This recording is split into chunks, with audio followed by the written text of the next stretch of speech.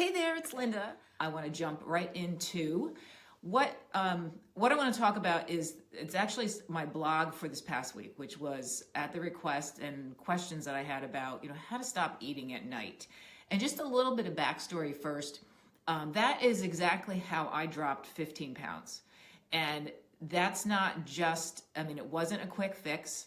And this is the point I want to make about this sort of thing, is that, eliminating a couple hundred calories a night, which, I was never a big binger at night, but I would sit in front of the TV and, like a lot of people, just kind of munch along while I was, watching TV. It wasn't anything particularly unhealthy, but those couple hundred calories is what was keeping some weight on me that I didn't want. So as soon as I stopped doing that, it took a while. In fact, I didn't even know I was losing weight until about a year into it when I went to the doctor. I noticed my clothes were getting looser, but I found I had lost 10 pounds. I continued to lose 5 more pounds.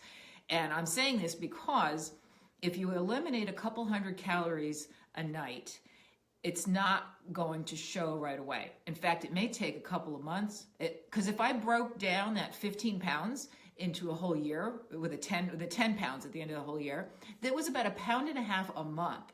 So can you imagine, if you are really expecting, or if I was really expecting, big results, and at the end of every week, I'm weighing myself, getting frustrated, and just saying, I'm just going to throw in the towel. But I didn't do that because I knew that the changes I was making were small ones that were going to eventually add up. But I wasn't really obsessed about the outcome. And so I would like you to kind of take the same approach when I give you these tips that I'm going to give you. And the thing is too, I think the reason why eating at night is such a huge issue is that, we're busy during the day, so you have things to occupy yourself. And a lot of times it's also very structured time, especially if you're working, you have a job. And so you're occupied mentally and sometimes physically with whatever you're doing, and you're not thinking so much about food.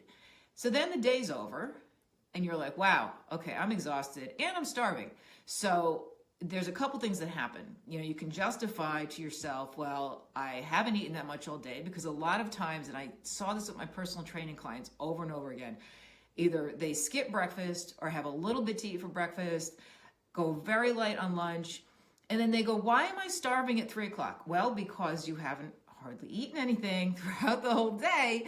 And so then you expect to be, feeling okay about it in the mid-afternoon, which is really, that's another downfall time. So if that doesn't happen, and usually we don't splurge so much at that hour of the day, but at night, you're relaxed, you're sitting in front of, Netflix, you're watching Netflix or whatever.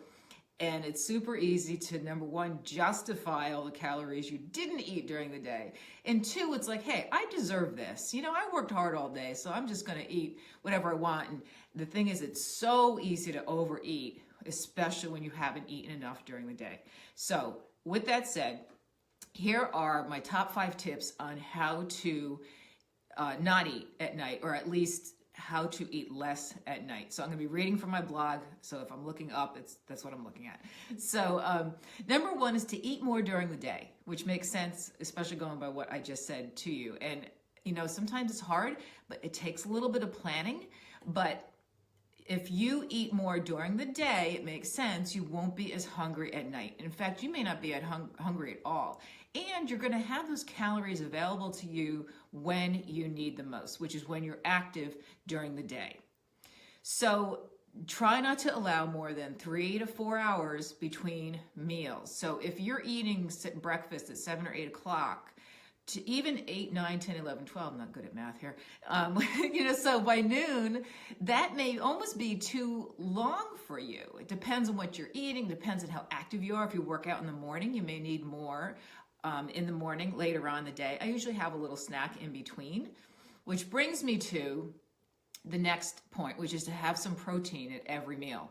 And the reason for this is a number of reasons for it. Number 1, protein fills you up more and keeps you full longer than carbs. Like if you have, say, a bagel, especially if you do that like in the morning, that's not going to hold you unless you have some kind of protein with it.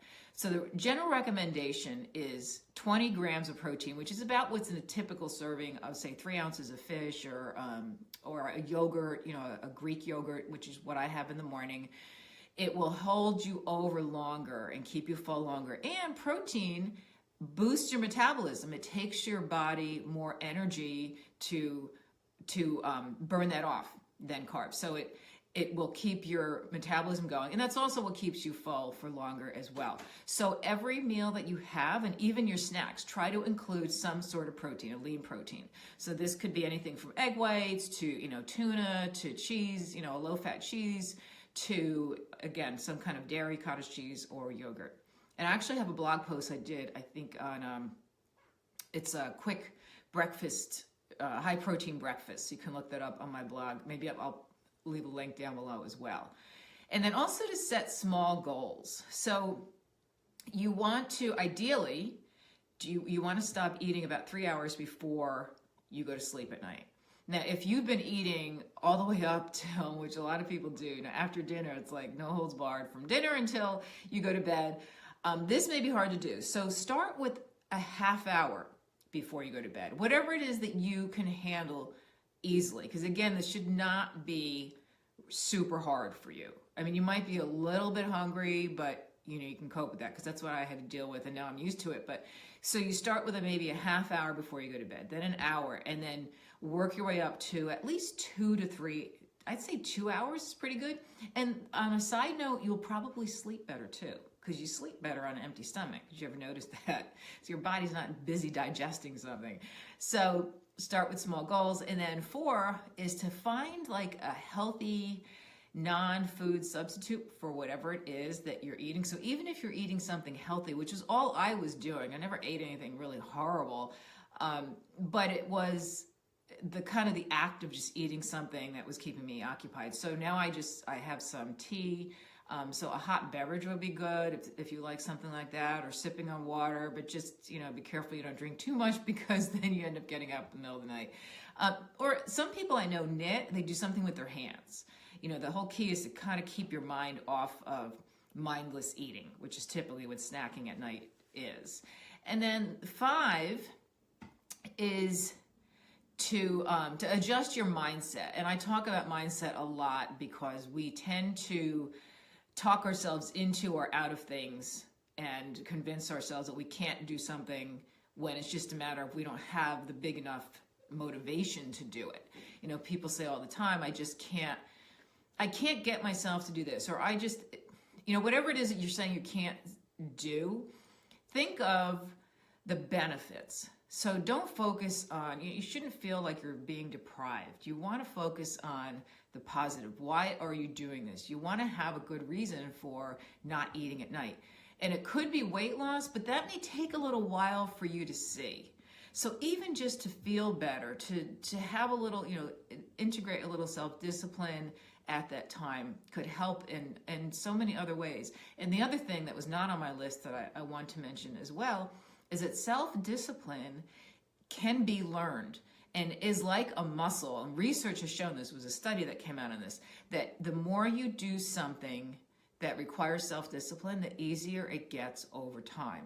So whether you're trying to make a change such as this, or you're starting a new exercise program, or whatever it is, initially it's hard, but over time it gets easier. So stick with it and it will catch on. So just a real quick review, 5 ways to not eat at night, or to eat less at night, or to avoid nighttime eating, one of those things.